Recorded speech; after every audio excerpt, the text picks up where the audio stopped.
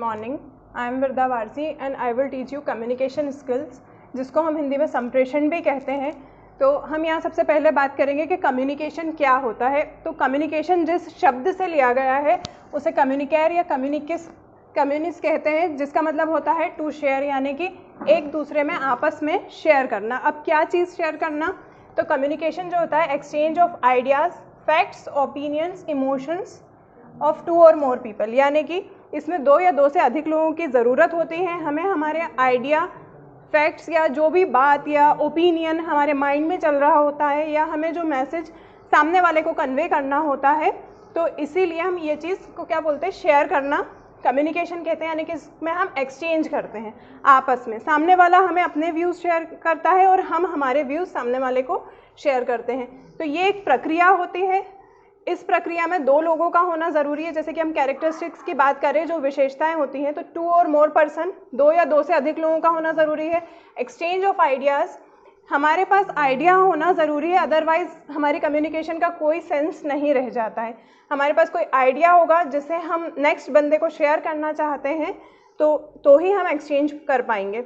Mutual understanding, और जो अगला बंदा है हमारा वो भी उस चीज़ में उतना ही इंटरेस्टेड होना चाहिए समझने के लिए। अदरवाइज़ हम कुछ भी बोल रहे हैं और उसकी बिल्कुल भी इच्छा नहीं है तो वो बिल्कुल भी उस चीज़ में इंटरेस्ट नहीं लेगा, ना वो समझ पाएगा।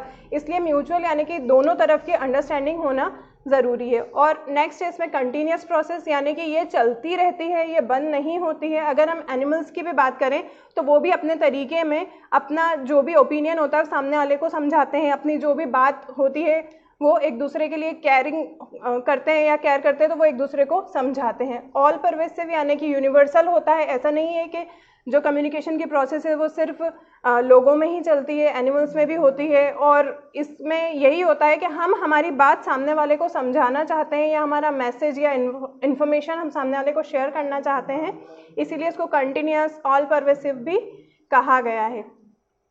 नेक्स्ट इसमें है आपका कम्युनिकेशन की प्रोसेस यानी कि प्रक्रिया, जो कि बहुत ही इंपॉर्टेंट टॉपिक है और हर एग्जाम में आता है। तो देखिए, कम्युनिकेशन की जो प्रक्रिया होती है या जब हम कम्युनिकेशन करते हैं तो वो कैसे स्टार्ट होती है। सेंडर का होना ज़रूरी है, मैसेज भेजने वाला होना चाहिए। अगर कोई मैसेज नहीं भेजेगा तो प्रक्रिया स्टार्ट कैसे होगी।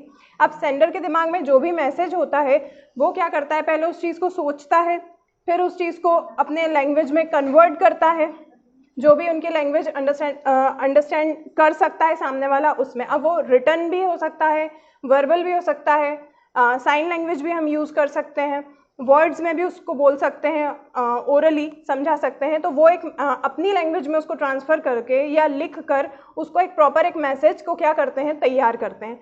फिर वो डिकोड करते हैं, मतलब जब वो सेंड करते हैं तो जो सामने वाला है वो अपनी लैंग्वेज में उसको समझता है और वो रिसीव करने के बाद उसको क्या करता है, फीडबैक देता है। फीडबैक देता है तो वो चीज़ वापस सेंडर के पास जाती है। तो यही प्रक्रिया ऐसे चलती जाती है। इसमें दो लोगों का होना ज़रूरी है, एक सेंडर का और एक रिसीवर का। फिर उसके बाद एक मैसेज का होना ज़रूरी है, यानी कि एक मीनिंगफुल मैसेज होना चाहिए। क्योंकि अगर किसी भी इन्फॉर्मेशन जो आप सामने वाले को देना चाह रहे हैं उसका कोई मीनिंग नहीं होता है तो ये प्रोसेस किसी भी काम की नहीं रहती। या आप ऐसे शब्दों का चयन कर रहे हैं जो सामने वाले को समझ में नहीं आ रहा है तो भी ये किसी काम की नहीं रहेगी। क्यों? क्योंकि जो नेक्स्ट आप जिनको बताना चाह रहे हैं आपका मैसेज, उनको समझ ही नहीं आ रहा है कि आप क्या कह रहे हैं। इसलिए मीनिंगफुल वर्ड्स चूज़ करना ज़्यादा ज़रूरी है इसमें। तो ये थी आपकी कम्युनिकेशन की प्रोसेस, कैरेक्टरिस्टिक्स,